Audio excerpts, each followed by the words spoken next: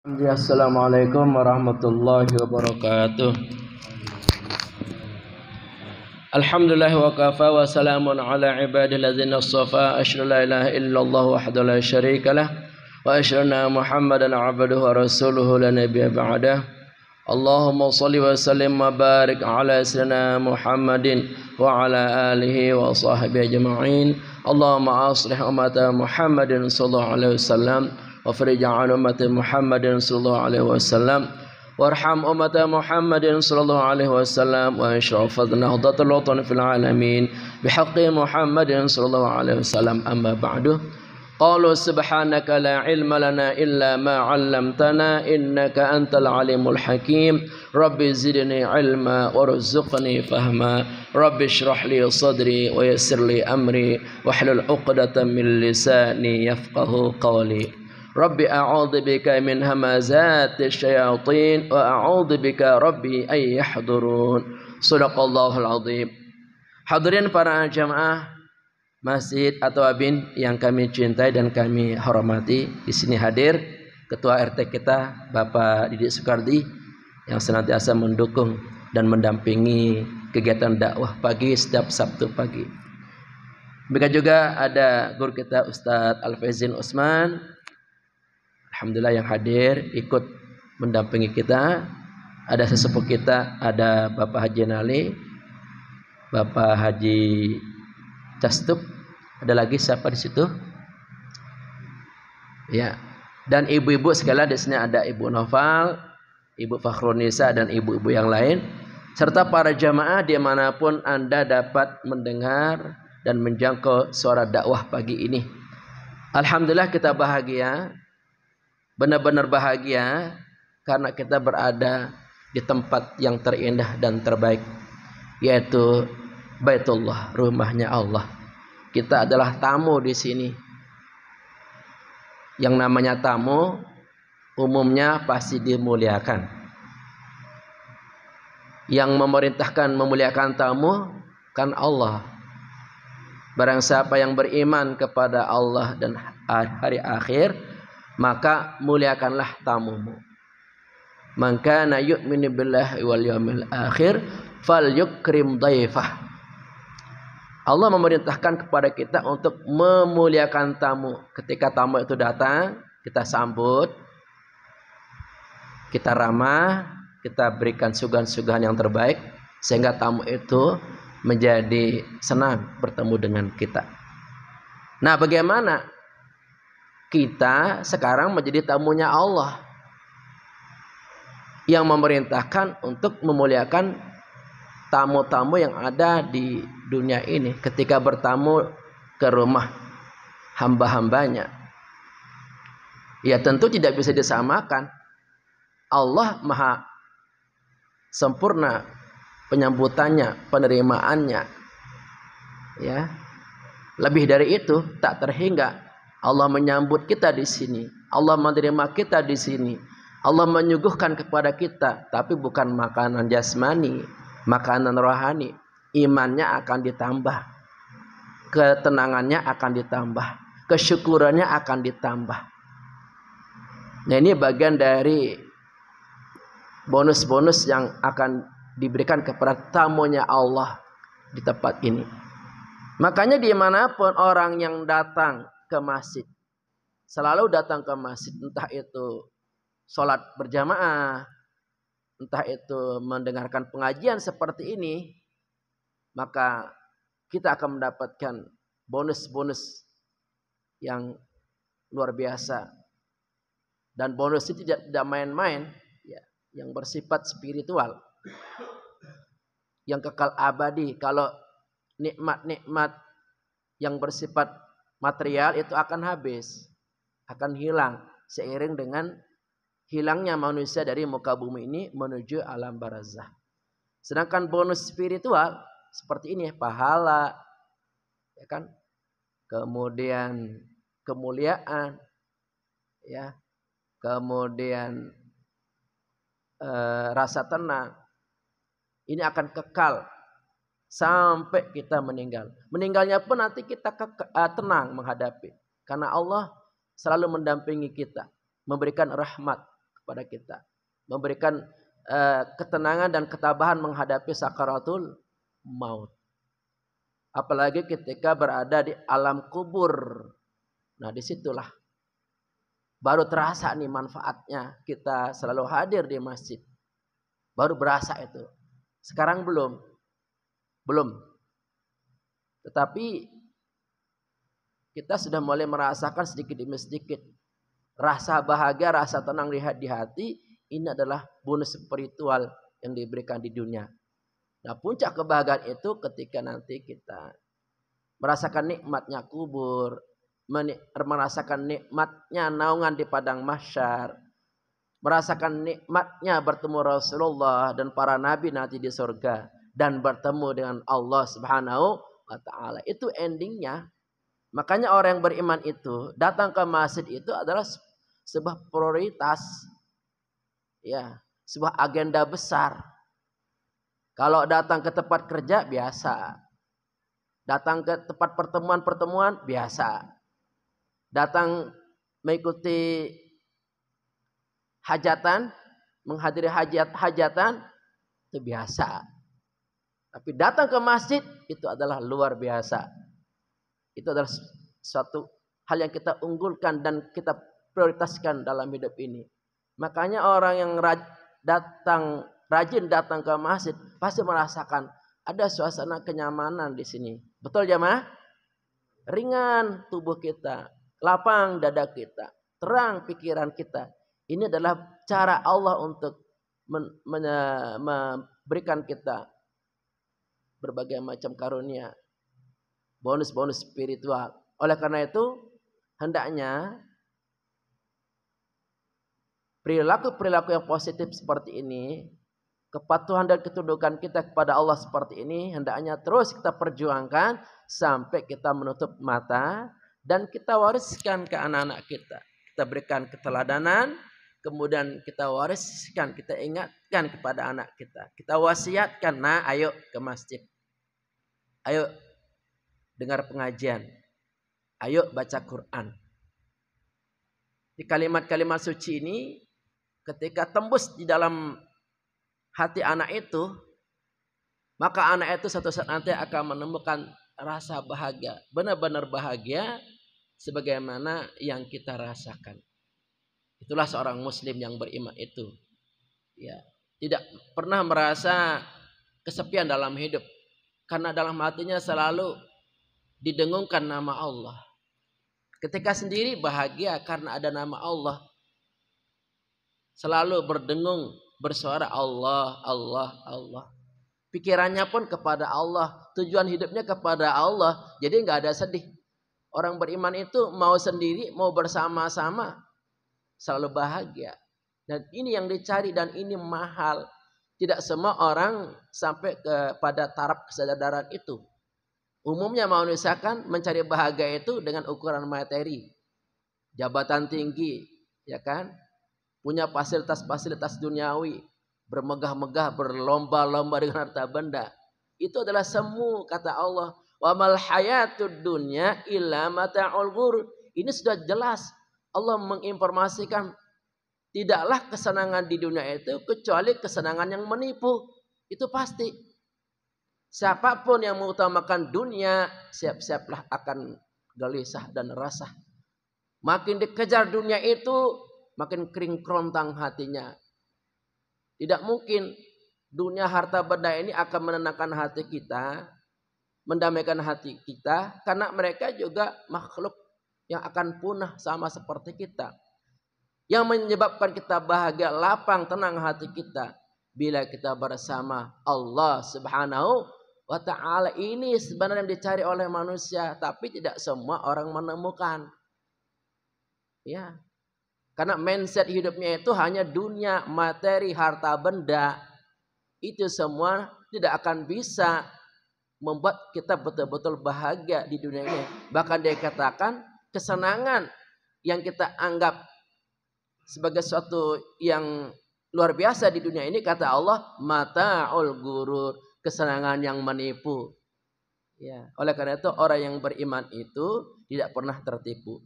Andai kata punya harta benda tidak menyebabkan lupa diri. Disalurkan harta benda itu untuk menunjang ibadah kepada Allah Subhanahu wa taala. Jadi tidak digunakan untuk pamer, sombong, berbangga-bangga, tidak. Naudzubillah. Harta benda itu digunakan untuk melancarkan, memudahkan ibadahnya kepada Allah Subhanahu wa taala. Memberikan nafkah kepada anak istrinya, berderma kepada orang-orang yang membutuhkan. Jadi dengan adanya ajaran Islam yang diamalkan itu, harta benda itu tidak akan menyebabkan orang tersebut diperbudak, tetapi disalurkan pada jalan-jalan yang dibenarkan. Nah, pada kesempatan ini kita lanjutkan Asmaul Husna kita yang ke-74 yaitu Al-Akhir. Apa jamaah? Al-Akhir. Kalau minggu lalu Al-Awwal. Ini adalah Al-Akhir. Artinya adalah Allah yang Maha Akhir. Ya. Ada pada surah Al-Hadid. Surah yang ke-57 ayat 3. Sama seperti Al-Awwal. Surat Al-Hadid. Surat ke-57 ayat 3. Al-Hadid artinya besi. Terdapat pada ayat yang ke-25. Berada pada juz yang ke-27. Jumlah ayatnya 29. Kita ulangi. Al-Hadid artinya besi. Termasuk surat Makkiyah. Jumlah ayatnya adalah 29. Berada pada juz ke-27. Surat Al-Hadid adalah surat yang ke-57. Kata Al-Hadid terdapat pada ayat yang ke-25. Ya. Mari kita baca. A'udzu billahi minasy syaithanir rajim. Bismillahirrahmanirrahim. Huwal awwal wal akhir wal zahir wal batin wa huwa bikulli syai'in alim. Dialah yang maha awal, dialah yang maha akhir, dialah yang maha zahir, dialah yang maha batin. Dan dia mengetahui segala sesuatu. Ini satu paket ya. Ketika kita mengatakan Allah Maha Awal, dia memang yang pertama. Sebelum ada alam ini, dia memang sudah ada. Dan adanya Allah itu tidak punya awal, tidak punya awal, maksudnya tidak punya kelahiran seperti kita. Memang sudah ada dari dulu. Adanya Allah itu tidak ada yang mengadakan, tidak ada yang melahirkan, tidak punya anak, ya. Tidak punya ibu, memang ada dari sejak dulu kala. Ya. Jadi sebelum alam ini ada, Allah sudah ada. Juga Allah Maha Akhir. Nanti akan berakhir semua yang kita lihat. Semua yang kita saksikan akan berakhir. Dia tidak akan punah. Dia tidak akan berakhir. Allah juga Maha Nyata. Allah juga Maha Gaib. Dan dia mengetahui segala sesuatu. Allah mengetahui keberadaan kita. Bahkan Allah mengetahui apa yang kita rahasiakan dalam hati ini. Jangan sampai kita merahasiakan hal-hal yang buruk. Karena Allah akan mengungkapkan nanti. Hati-hati. Mungkin kata kita kalau kita simpan baik-baik di hati. Atau mungkin kita ceritakan kepada orang tapi jangan sampai diceritakan. Cukup kita saja yang tahu. Kalau itu keburukan yang kita simpan pasti akan terungkap. Oleh karena itu kita bersihkan ini. Kalau ada niat-niat buruk, rahasia-rahasia buruk di hati, di pikiran, istighfar, taubat, ganti dengan hal-hal yang positif. Niat-niat yang baik, pikiran-pikiran yang baik, agar tidak mengganggu jiwa dan akal kita. Dan satu saat akan terungkap.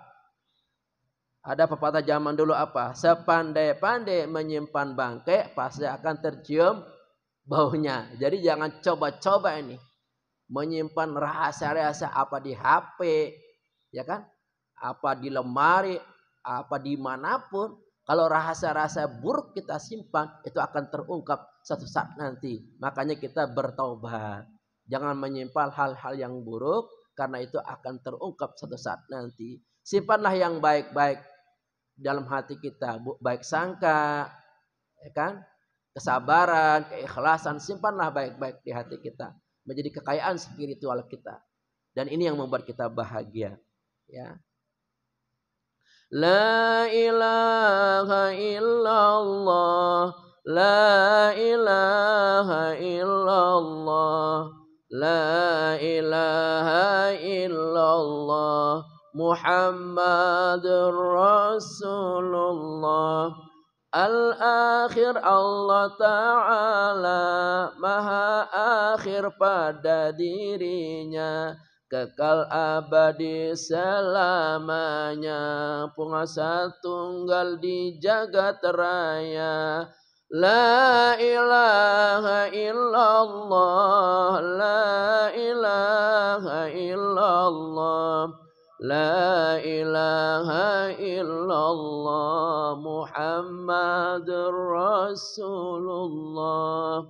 Allah itu maha akhir. Artinya tidak akan pernah berhenti dia sebagai Tuhan. Tidak akan binasa dia sebagai Tuhan. Dari awal dia Tuhan sampai akhir. Ya. Ketika alam ini hancur lebur, dia tetap kekal. Ya, tidak akan punah, tidak akan habis seperti alam raya ini. Nah, karena dia itu maha akhir, maha kekal, maka wajar bagi kita umat manusia untuk bergantung kepadanya, untuk berserah diri kepadanya, karena dia yang kekal, dia yang akan kekal abadi selamanya. Sementara kita, walaupun kita memiliki segala-galanya, tidak ada kekuatan apapun yang akan mengekalkan diri kita.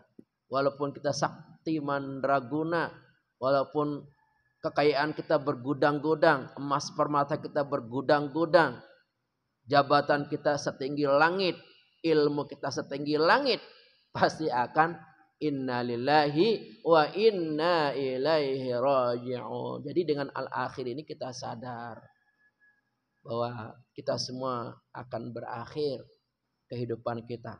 Tidak ada yang kekal abadi. Yang kekal abadi adalah la haula wala quwwata illa billahil aliyil azim.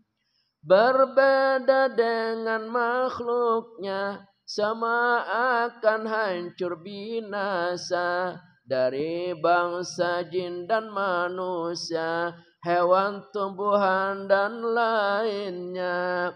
La ilaha illallah, la ilaha illallah, la ilaha illallah, Muhammadur Rasulullah. Selain Allah Ta'ala, makhluk namanya.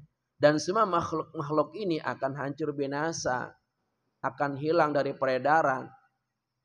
Baik itu bangsa jin, apalagi manusia. Di akhir ini, akhir zaman ini, manusia umurnya pendek-pendek. Berbeda dengan orang-orang zaman dulu. Ya, ketika awal-awal tercipta Nabi Adam, Nabi Nuh, ya, nabi-nabi zaman dulu tuh beserta umatnya umurnya ratusan tahun, bahkan ribuan tahun umurnya. Ya kan? Nah, sedangkan kita nih umat Nabi Muhammad paling standar itu umumnya 60 sampai 70 tahun, itu pun kalau nyampe. Ya. Banyak yang meninggal di bawah umur 60 tahun. Nah, di sini alhamdulillah Pak Casep sudah 60 tahun lebih ya. Kita doakan panjang umur Pak Casep, tapi dalam taat ibadah kepada Allah. Dan ini yang membuat kita kuat menghadapi kehidupan ini. Bila hidup kita ini untuk ibadah kepada Allah, kita akan sabar menghadapi cobaan demi cobaan, derita demi derita, sebagai ujian keimanan kepada kita.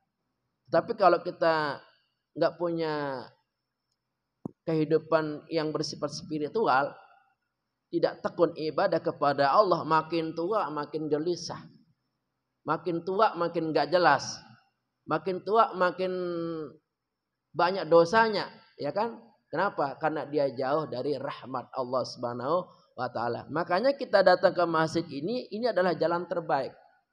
Jalan yang paling tepat menyongsong satu kematian yang indah nanti. Kalau kita bersama Allah, beres urusan kita. Hati kita, jiwa kita beres. Tidak akan digoyang, digoncang oleh setan iblis dan oleh masalah-masalah yang ada di dunia ini. Ketika Allah tempat kita bersandar, Allah memberikan kita kekuatan secara otomatis kepada kita. Tapi kalau kita bersandar kepada dunia dan harta benda ini, jangan harap kita akan menemukan ketenangan dan kedamaian dalam hati kita. Yang ada adalah kecewa. Makanya cintai dunia ini seperlunya sesuai kebutuhan kita. Cintai Allah Sang Maha Pencipta dengan sempurna, maksimal. Ya, saya ulang sekali lagi. Cintailah dunia dan harta benda ini adalah seperlunya. Cintai Allah seutuhnya. Tidak boleh berkurang sedikit pun rasa cinta kita kepada Allah. Ya, jangan sampai rasa cinta kita kepada harta benda ini mengalahkan rasa cinta kita kepada Allah. Ini pasti akan salah nanti. Pasti akan goncang jiwa kita. Pasti kita memiliki watak-watak yang emosi tidak sabar. Ketika harta benda dan hawa nafsu yang kita utamakan, maka kita akan rapuh menghadapi kehidupan ini. Tetapi ketika kita Allah yang kita andalkan, Allah yang tempat kita bergantung dan berpasrah diri, maka kita akan kuat menghadapi apapun badai-badai cobaan kehidupan. Ya, tidak hanya manusia, juga hewan, tumbuhan dan lainnya akan mati. Mungkin di antara kita ada yang suka memelihara hewan seperti Pak RT ini, penggemar kucing ya. Tiba-tiba kok kucing ini mati ya. Kita sayang-sayang, kita kasih makan setiap hari. Matinya pun kasihan, ditabrak mobil atau masuk got, ya kan? Ya memang itu. Memang sudah itu fitrahnya makhluk seperti hewan akan mati. Tumbuh-tumbuhan juga sama. Sebelumnya tumbuh-tumbuhan ini subur, menghasilkan buah-buah yang lezat yang lebat. Tapi kok tiba-tiba mati, ya memang sudah ada batasnya, ada ajalnya. Jadi yang namanya ajal itu tidak hanya manusia. Makhluk-makhluk yang lainnya pun memiliki ajal. Ajal itu adalah batas waktu diberikan kehidupan di atas muka bumi ini. Termasuk yang bicara ini. Sekarang bisa bicara, bisa bergerak. Satu saat entah di usia berapa akan hilang suara saya. Keberadaan saya pun tidak ada. Tinggal kenangan, tinggal nama. Bapak-bapak juga sama, ibu-ibu juga sama. Itu sudah kudrat iradat Allah yang pasti berlaku untuk kita semuanya. Alhamdulillah ya, kita masih berikan kesempatan Allah untuk hidup. Mari kita gunakan sebaik-baiknya. Satu tujuannya itu untuk ibadah kepada Allah Subhanahu wa taala. Tidak ada satupun juga dari makhluk di dunia kekal abadi selamanya. Semua pasti ada ajalnya. La ilaha illallah. La ilaha illallah, la ilaha illallah, Muhammadur Rasulullah. Coba kita lihat makhluk-makhluk yang kita katakan dulu kuat, hebat, habis juga. Dulu katanya ada dinosaurus. Ya, hewan raksasa yang sangat kuat, yang sangat ganas, habis juga, mati juga. Dulu juga ada katanya Fir'aun, kekuasaannya hebat, raja besar, tidak pernah sakit, ya kan? Kekayaannya luar biasa. Bahkan saking hebatnya Fir'aun mengakui diri sebagai Tuhan. Tapi matinya begitu hina dan mudah. Kalau seandainya dia Tuhan, ya tidak akan mati. Cuman keselak air di Laut Merah ya, Ustaz ya, mati itu. Gak ada kekuatannya, baru dia sadar, nyerah dia. Mengatakan iman kepada Tuhannya Musa dan Harun. Tetapi terlambat. Qarun tuh yang kaya raya. Ya, beribu-ribu gudangnya. Ya, harta bendanya tak terkira. Kunci pun manusia nggak mampu dibawa oleh manusia biasa. Oleh manusia-manusia besar. Kuat. Kuncinya pun luar biasa banyaknya. Saking banyaknya gudangnya. Tapi mana sekarang Qarun? Habis juga. Nggak ada. Semuanya akan habis. Ya. Dulu katanya ada petinju legenda tuh si leher baton. Siapa namanya tuh? Mike Tyson. Ya, sekarang habis. Nggak ada lagi ceritanya. Ada lagi Muhammad Ali. Ya kan? Habis juga. Malah pas waktu tua udah nggak bisa apa-apa. Ya, tangannya bergetar, badannya bergetar, nggak bisa apa-apa. Ya kan? Jadi pada akhirnya kita akan habis semuanya. Kita adalah generasi yang melanjutkan generasi dulu. Leluhur kita yang sudah meninggal dunia. Kita pun akan habis digantikan oleh keturunan-keturunan kita. Makanya selalu kita berdoa ini. Semoga keturunan kita nanti menjadi keturunan yang soleh dan soleh. Agar dapat melanjutkan kehidupan ini sesuai dengan syariat Islam. Agar mereka mengingat jasa-jasa orang tuanya. Mendoakan orang tuanya. Kita selalu berdoa ini. Agar anak-anak kita ini menjadi generasi yang senantiasa kuat iman dan Islamnya. Jadi kesimpulannya makhluk apapun, sekuat apapun, sesakti apapun pada akhirnya mereka akan memiliki ajal. Nah yang kita takutkan nanti apakah ajal kita nanti ini tergolong orang yang husnul khatimah atau su'ul khatimah. Tergantung apa persiapan kita di dunia ini. Apa yang kita lakukan di atas muka bumi ini. Ya, mari kita lihat.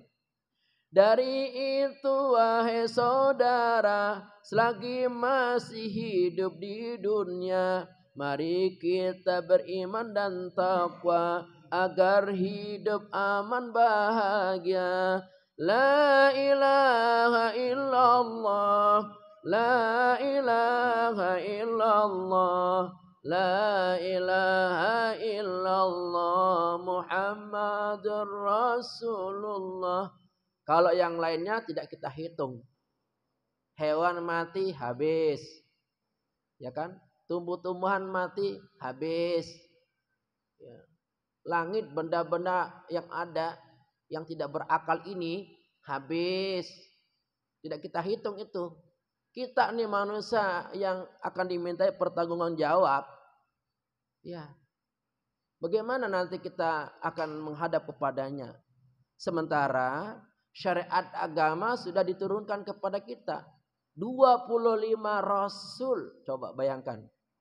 Untuk mendidik manusia ini. Membimbing manusia ini. Membina manusia ini. Agar jangan sampai salah dalam menyikapi kehidupannya. Jangan sampai salah dalam meyakini siapa Tuhannya. Jangan sampai salah dalam mengelola tatanan kehidupannya. Ya kan? Nah, bekal terbaik kita hidup di dunia ini untuk menghadap kepadanya adalah bekal iman dan takwa. Enggak ada bekal yang lain. Iman itu adalah suatu keyakinan yang sepenuh-penuhnya Allah adalah tujuan hidup kita. Allah adalah Tuhan kita. Oleh karena itu berbuatlah semuanya karena Allah. Agar menjadi amal soleh. Agar melahirkan pribadi-pribadi yang bertakwa. Kalau semuanya karena Allah, maka akan muncul nilai-nilai ketakwaan. Takwa itu adalah kepatuhan dari rasa keimanan yang dalam diri kita. Kita berumah tangga karena Allah. Kita makan dan minum karena Allah. Kita mengaji karena Allah. Kita beres-beres rumah karena Allah. Kelihatan ini mudah, tetapi tidak semua niatnya karena Allah. Ada saja niat-niat yang berbeda dan ini yang meracuni amal-amal kita. Ketika niat kita beda, maka tidak akan menjadi amal soleh. Walaupun yang kita lakukan itu terlihat bermanfaat untuk sesama. pengorbanan kita besar, perjuangan kita besar. Bahkan kita dianggap orang yang paling berjasa di tempat itu. Tetapi kalau niat kita bukan karena Allah, apa kata Allah nanti di akhirat? Wa qadimna ila ma 'amilu faja'alnahu haba'an manthura. Kami akan datangkan amal-amal pahala yang diberikan. Ini pahalamu. Tetapi pahala itu menguap, ya, berterbangan seperti debu, enggak diterima oleh Allah karena niatnya berbeda. Bahkan pahala-pahala itu akan diberikan kepada orang lain yang kita hina, yang kita rendahkan. Sementara dosa-dosa kita akan bertambah banyak ditimpakan kepada kita karena kita telah menghina orang lain. Oleh karena itu kita jangan sampai salah niat ini. Bisa jadi amal itu terlihat ukhrawi, nilainya duniawi karena niat kita mencari dunia. Bisa jadi amal itu amal duniawi bernilai ukhrawi karena niat kita untuk mencari pahala. Contohnya kita kerja bakti Pak RT, itu duniawi. Beres-beres God itu duniawi. Kalau niat kita lillahi ta'ala untuk mendapatkan pahala dan berkah dari Allah, maka itu akan menjadi pahala yang besar bagi kita. Kan kalau kita sholat kan cuma 5 waktu. Enggak setiap saat kita sholat. Tapi kalau kita beraktivitas di dunia ini, kita bekerja, ya, kita melakukan tugas-tugas di rumah, di kantor, itu semua akan bernilai ibadah kalau niatnya lillahi ta'ala. Kalau kita mengandalkan sholat sebagai bekal kita, itu terlalu sedikit. Maka perlu ditambah dengan amal-amal yang lain. Walaupun bersifat duniawi, kalau niat kita lillahi ta'ala, maka itu akan menjadi tambahan pahala yang besar untuk kita. Oleh karena itu perbaikilah niat kita. Niat menentukan, ya, segala-galanya dalam hidup kita. Niat akan menyebabkan tercapainya apa yang kita inginkan. Kalau niatnya benar, maka akan muncul adalah hal-hal yang benar dan akan mendapatkan kebaikan demi kebaikan. Kalau niat kita salah, maka yang akan muncul adalah suatu keburukan dan akan menjadi celah nanti di masyarakat, serta apa yang kita harapkan tidak akan tercapai karena niatnya salah. Dan kalau niat kita benar itu awet. Umpama kita berteman nih, niatnya karena Allah bukan karena hartanya, itu pertemanannya awet, lama, itu abadi. Tapi kalau niat kita karena hartanya, karena jabatannya, itu tidak akan ada awet karena tidak ada rahmat dan ridha Allah Subhanahu wa taala. Sama seperti Bapak Ibu nih, ngaji di sini karena niatnya karena Allah, awet. Walaupun yang datang 4-5 orang, maju terus karena niatnya lillahi ta'ala. Dan ini yang membuat kita kekal dalam melaksanakan semua amal ibadah. Jadi kita akan istiqamah dalam melaksanakan amal ibadah. Jadi dengan dasar iman dan takwa ini, hidup kita akan aman dan bahagia. Kan ini yang kita inginkan. Kita pengen aman dan kita ingin bahagia. Rumah tangga kita aman, nggak ada gejolak-gejolak, nggak ada berantem-berantemnya di situ, ya, nggak ada salah sangka dan lain-lain, ya. Di tempat pekerjaan juga kita aman, ya kan? Juga kita bahagia. Hidup ini bahagia bukan dengan hal-hal yang mewah. Kita bisa bahagia dengan cara yang sederhana. Kita senyum nih kepada saudara kita, itu bahagia. Setelah melakukan apapun aktivitas ini dengan dasar keikhlasan, itu bahagia. Kita ngepel nyapu Pak RT dia masih bahagia walaupun gak digaji. Benar ya?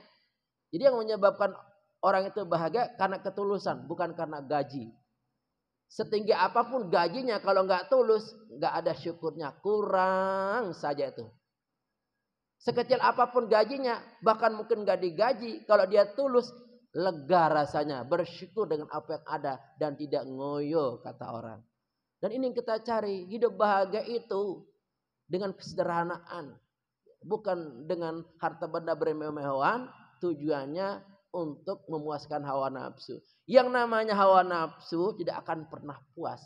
Yang membuat orang itu puas bila orang itu selalu beriman dan bertakwa kepada Allah Subhanahu wa taala. Kita ingin aman, di dunia aman, di dalam kubur aman, di akhirat aman karena kita mendapatkan kebahagiaan yang hakiki dari Allah Subhanahu wa taala. Amin ya rabbal alamin. Terakhir, semua kita kembali pada Allah Tuhan yang Maha Esa.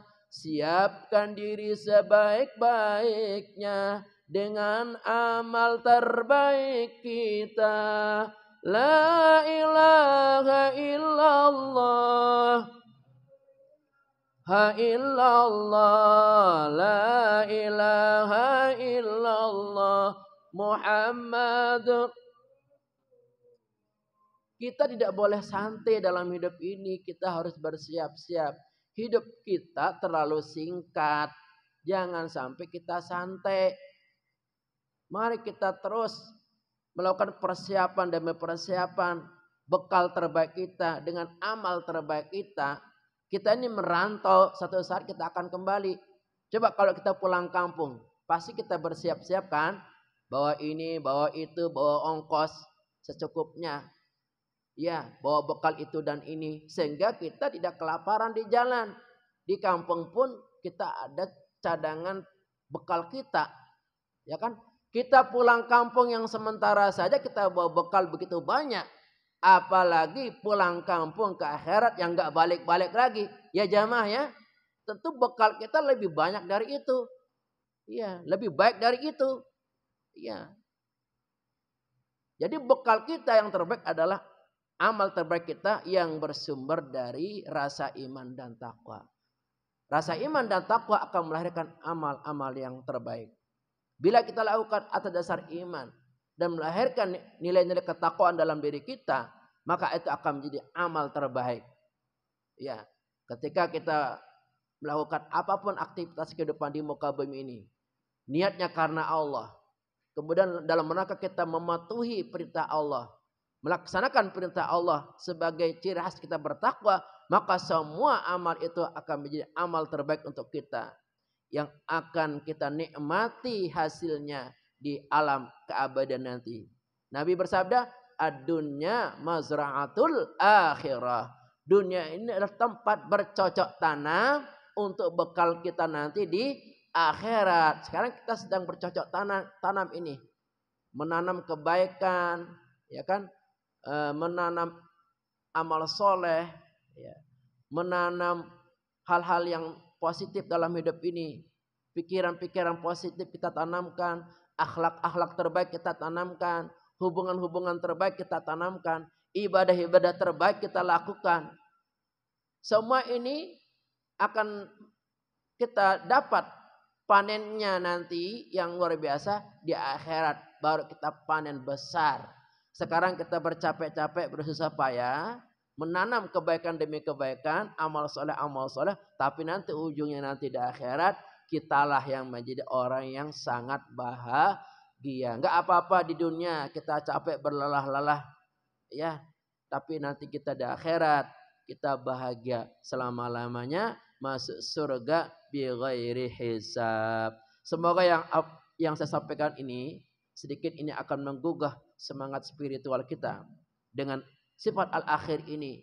Kita bersiap-siap untuk menyongsong masa depan menuju Allah SWT yang bersifat kekal abadi.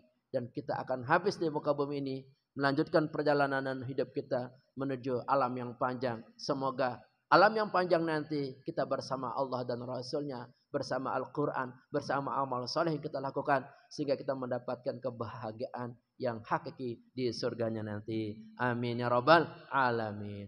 Rabbana atina fid dunya hasanah wa fil akhirati hasanah wa qina azaban nar.